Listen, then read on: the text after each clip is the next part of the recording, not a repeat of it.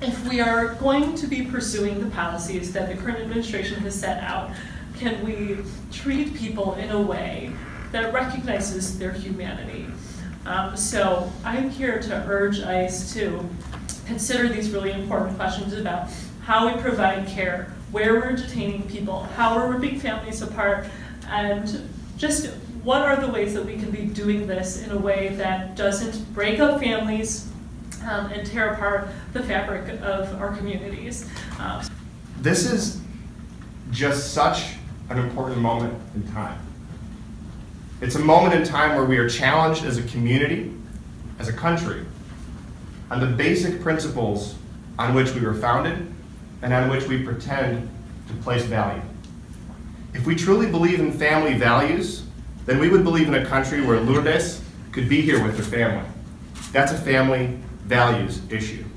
If we believe in tolerance and inclusion, we would believe in a country where we are not sending people home, sending people back to their home countries, even though they have family here, even though this has become their home country, even though they have jobs and they pay taxes, even though they are productive members of society. The Trump administration is trying to drive up their deportation numbers by targeting families like yours. Because you follow the law and you do check it. You do everything that's asked of you, and that makes you an easy target. And that's a horrible thing to do. You follow the law, and so you're the one who's punished. The only crime that I've ever heard that you're responsible for is loving your family and paying your taxes.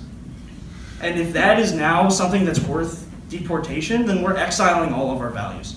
And her family, I can't think of anything that makes somebody angry with the United States more than having their family ripped apart for no good reason. This is a wonderful woman, a wonderful family that is an amazingly positive part of our community, an amazing positive part of the ward that I represent. We have the opportunity, ICE has the opportunity to do the right thing and to not create security risks and not undermine our community. This is about trust in our institutions. This is about trust in our processes. And for the last 3 years, we've heard the folks in Washington say, you know, government is bad, government is bad. Well, this government is bad, and we can't tolerate that. And it's up to us to take it back. It's up to us to call out the abuse of power.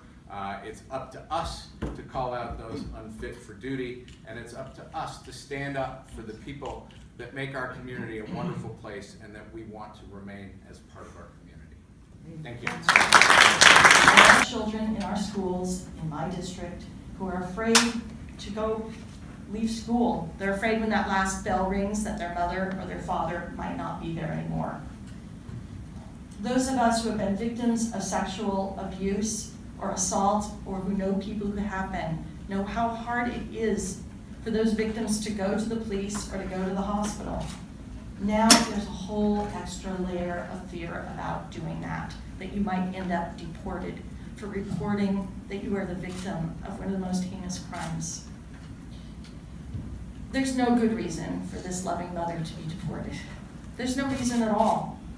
It's my honor to stand here and to pray that she will be allowed to stay here in Washtenaw County, and that we'll be allowed the privilege of having her here in our home, her elected official. I'm also a parent, I'm a mom, and I know what it's like, even for when the best of reasons, when I don't have my kids with me. There's a space. It's a persistent ache, even when you know that they're in a good place, not even when they're struggling. And so this case of Lori's has really hit home for me, because her family has already been asked to make an impossible deal, to where her husband was asked to live with that persistent ache and sadness and loss every day of his life so that his wife and children could have a better life here.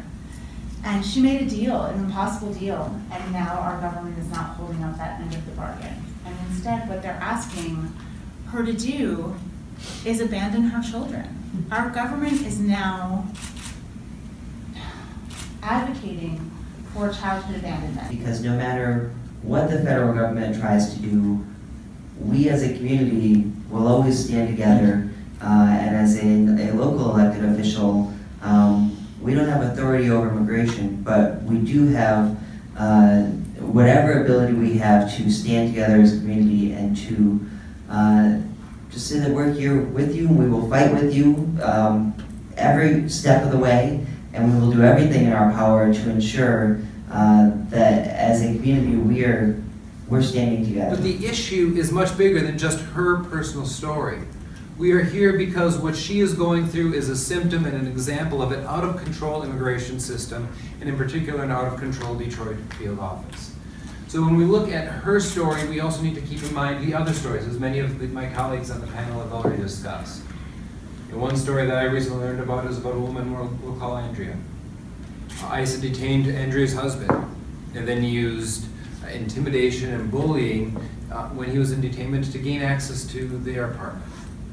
And then getting Andrea's husband wasn't enough, they detained Andrea's daughter and her daughter's husband as well.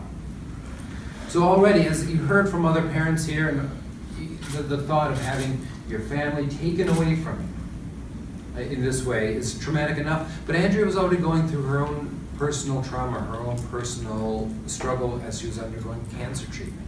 So in this already vulnerable, already emotionally fraught and vulnerable situation, she was targeted and now lives in fear. For her perspective, ICE is trying to destroy her family.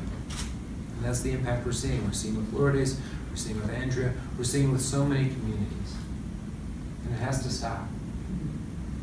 City Council is just... Because the country that we believe in is a country where we're not only willing to tolerate and accept, but we're willing to include people from all different backgrounds, because that is the nation that we've built. There's a nation of immigrants. There's a nation of people from different backgrounds who have come to our shores to seek opportunity, to seek refuge, and to seek their families.